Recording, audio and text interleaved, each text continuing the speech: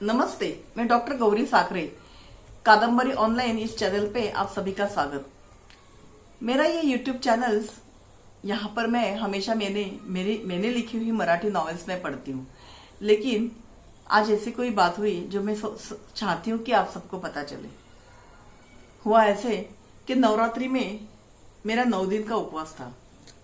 उसके बाद कुछ कारण से मुझे लंबा ड्राइविंग करते हुए जाना पड़ा। उसके बाद मैं घर पर आई और दिवाली की साफ सफाई तैयारी मैं काफी बीमार हो गई। मैं सचमुच में बिल्कुल लड़खड़ा गई। मैं खड़ी भी नहीं रह सकती थी। 2-3 दिन के बाद मुझे बहुत बुखार आया। 5-6 दिन बहुत बुखार, और आप बेहोशी समझिए या बुखार की गिलानी समझिए, उसी में चले गए। घर में करने वाला कोई और नहीं था। मेरा बेटा कॉलेज संभाल के घर भी देख रहा था। घर के कपड़े, बर्तन, घर की साफ सफाई, खाना पीना, मेरी दवाइयाँ लाना, मुझे दवाइयाँ देना, सारी जिम्मेदारी उसके अकेले पे पड़ी थी। बट कोई इलाज नहीं था। 5-6 दिन के बाद वो भी बहुत थक गया। कॉलेज से आता था, उसके बाद सारे काम, उसके बाद दाल चावल बनाना या खिचड़ी बनाना, मैं भी कर डाल गई थी। बीमारी में ऐसा लगता है कि कुछ अच्छा खाना चाहिए, ना खाया जाता है ना खा सकते हैं। तो उस दिन उसने कहा कि मम्मी आज मैगी भी खत्म हुई है, कुछ मंगाते हैं ऑनलाइन।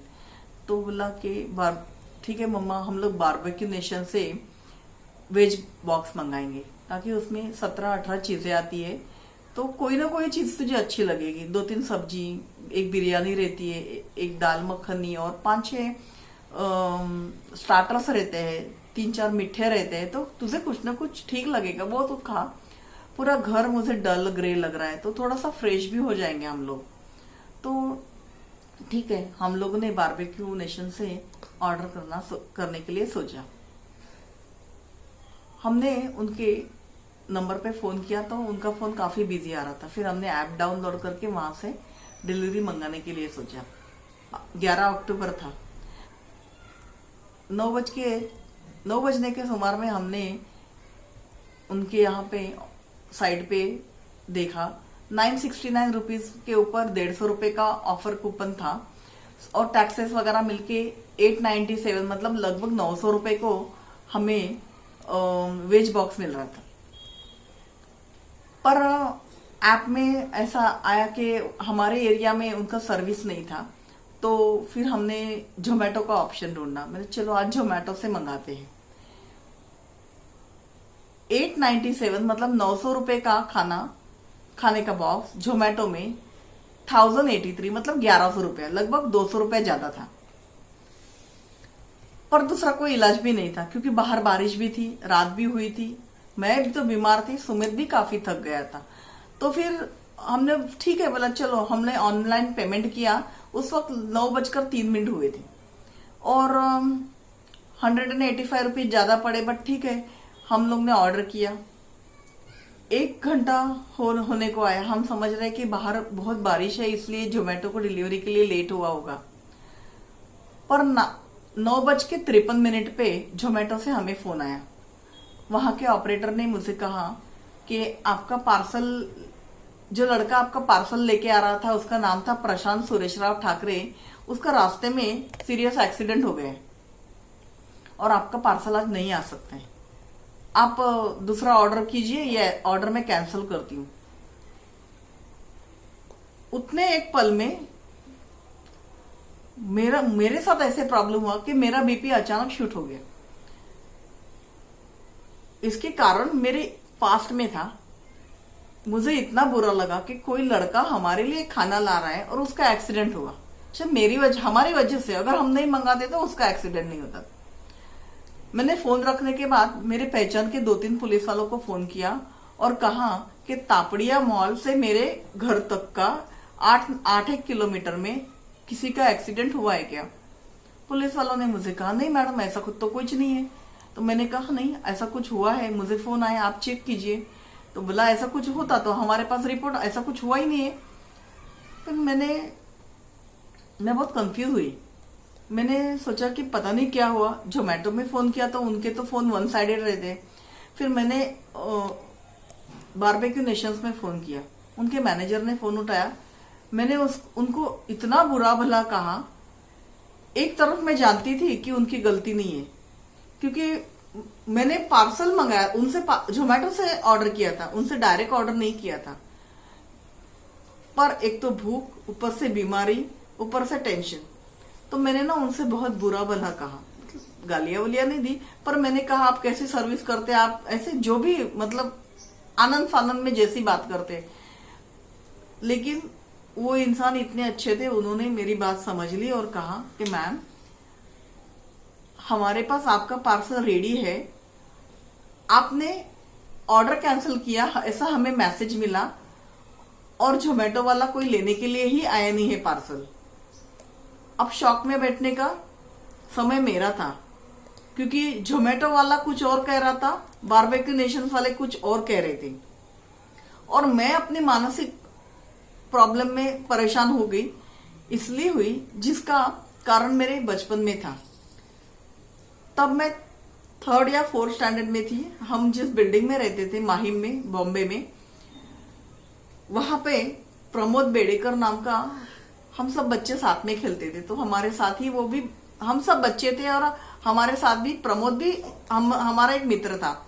तो एक दिन हमारे यहाँ पे दूसरे माले पे एक आंटी रहती थी, उन्होंने दोपहर के समय प्रमोद को दही लाने के लिए एक दुकान में भेजा, और दही लाते वक्त प्रमोद का डंपर से एक्सीडेंट हो गया, और वहां पे ही वो बिल्कुल चिकना, मतलब उसकी वहीं पे डेथ हो गई थी।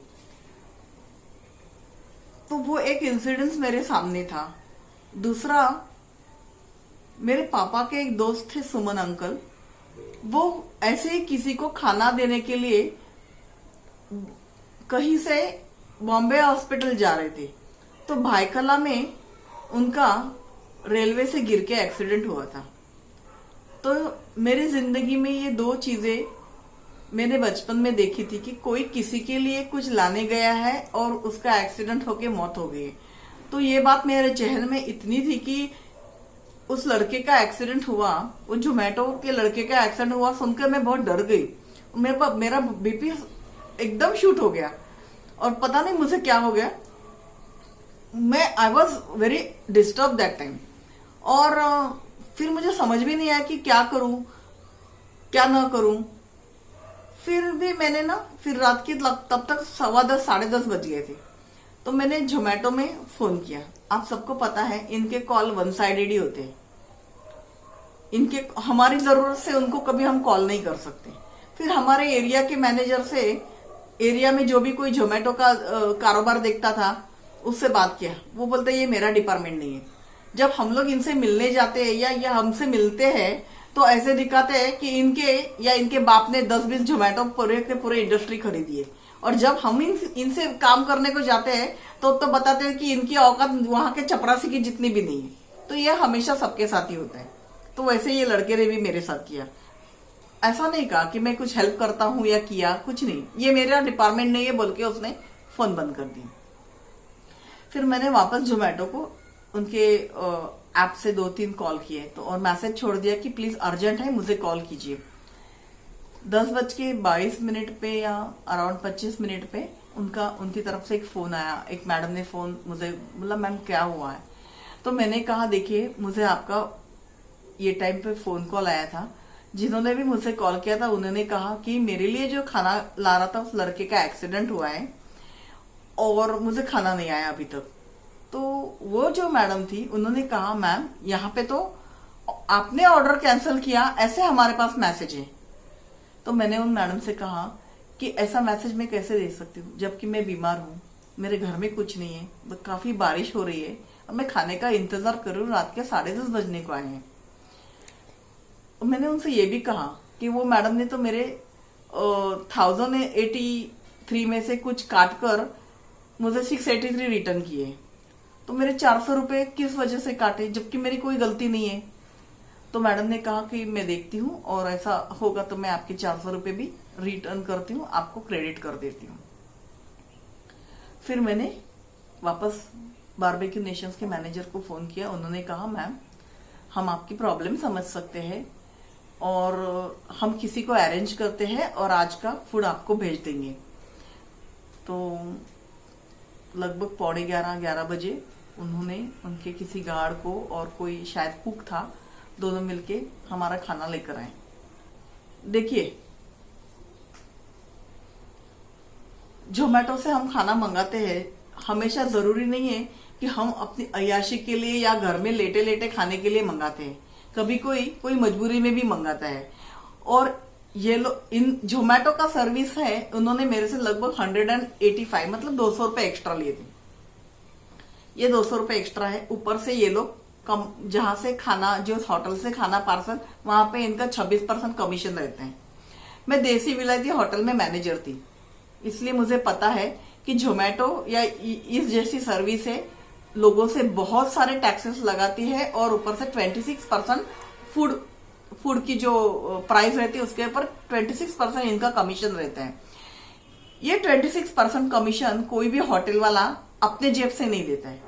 जब से जोमेटो अमरावती में आया है, अमरावती के 100% होटल ने अपनी प्राइस रेट लगभग 30% बढ़ाई है। जो खाना 100 रुपए को मिलता था वो 135-140 रुपीज को मिलने लगा है। होटल में हर खाने वाला अय्याशी के लिए नहीं खाता है। बहुत सारे लोग हैं जो मजबूरी में होते। कई घर में, अभी तो न्यूक्लियर फैमिली है, घर में कोई और नहीं रहता है, घर की औरत अगर बीमार हो तो खाना बनाने वाला कोई नहीं होता है। ऐसे वक्त लोग फिर जोमेटो से मंगाते हैं। इसका ये लोग इस तरह से फायदा लेते हैं।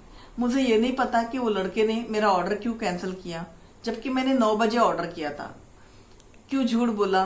वो कॉल सेंटर वाली लड़की ने मुझे क्यों झूठ कॉल किया कि उस लड़के का एक्सीडेंट हुआ है?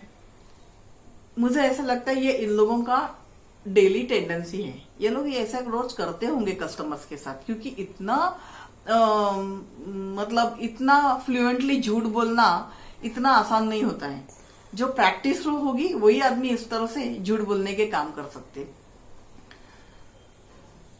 हमारे यही चीज अगर अमेरिका में होती थी तो ऐसी सर्विस को लाखों रुपए का या लाखों डॉलर्स का चार्ज पड़ता था, क्योंकि वहां पे कस्टमर की बहुत केयर की जाती है। कस्टमर को भगवान माना जाता है। हमारे यहाँ पे सिर्फ बोला जाता है और कस्टमर मरो, रात को 11 बजे कुछ भी करो, ऐसा ये लोग बिहेव करते हैं जैसे हम लोग को बहुत ज्यादा जरूरत है इनकी सर्विस के लिए, इसलिए हम लोग इनके पास जाते हैं। इनको कस्टमर की कोई जरूरत नहीं। तो मैं मेरा छोटा सा एक्सपीरियंस आपके साथ शेयर किया। हो सकता है आपके साथ भी ऐसा हुआ होगा, या हो सकता है आप सबको जोमेटो ने बहुत बड़ी अच्छी सर्विस भी दी होगी। इससे पहले मुझे कभी अच्छी सर्विस मिली भी है, पर ज्यादातर जोमेटो का हमेशा कुछ न कुछ प्रॉब्लम्स होता ही है। ये लोग झूठ बोलने में एकदम माहिर होते हैं। मैं मेरे इस वीडियो के साथ एक दो कॉल रिकॉर्डिंग भी अटैच करूंगी ताकि आपको पता चले क्या सच है और क्या झूठ है। बस मुझे जो कहना था। और मैं ये कहूंगी कि मैंने बारबेक्यू नेशंस के मैनेजर को जो भी कहा भला बुरा, इसके लिए उनसे मैं सचमुच माफी मांगती हूँ। मुझसे गलती हो गई, I am so sorry. Thank you. Hello जी, मैं डॉक्टर गौरी साखरे बोल रही हूँ। हाँ बोलिए। Hello. Yeah this is Sadaf calling from Zomato. जी, मैंने ऑर्डर किया था 9 बजे के करीब बीबीक्यू के लिए वेज बॉक्स। और 10 बजे I paid 1083 around something 1092 rupees some पैसा 83 रुपीज 1083 एंड मुझे आपकी तरफ से बोला गया कि ऑर्डर कैंसिल हुआ है कुछ रीजन से, और मुझे रिफंड 683 कर रहे। क्यों? एक minute, I got my order cancelled.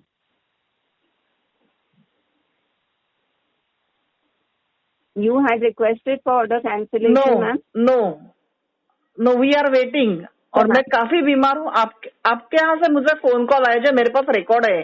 उन्होंने कहा कि जो डिलीवरी बॉय है उसका सीरियस एक्सीडेंट हो गया है और इस रीजन से हम लोग आपको फूड नहीं भेज सकते हैं। तो मैंने बीबीक्यू में फोन किया तो वो बोले खाना पार्सल है मैडम, वो डिलीवरी बॉय लेने के लिए नहीं आया। और आपका जो पर्सन का फोन करना आया था, लेडी बोलती है वो पार्सल लेते आते टाइम उसका एक्सीडेंट हो गया। दोनों अलग बातें हैं। तो मैंने होटल से भी कांटेक्ट किया तो उन्होंने कहा आपका पार्सल है, कोई लेने नहीं आया। अच्छा, और ma'am I am really sorry for नहीं ठीक है, दूसरा कुछ नहीं, मैं काफी बीमार हूँ और मेरा बेटा है अकेला घर पे और छोटा है और हम दोनों हैं। अब हमारा फूड का प्रॉब्लम हो गया। नहीं मैम, मैं आपको रिफंड इशू कर रही हूँ, प्लीज आप टाइम मैम, मैं अभी सेंड कर रही हूँ डिटेल।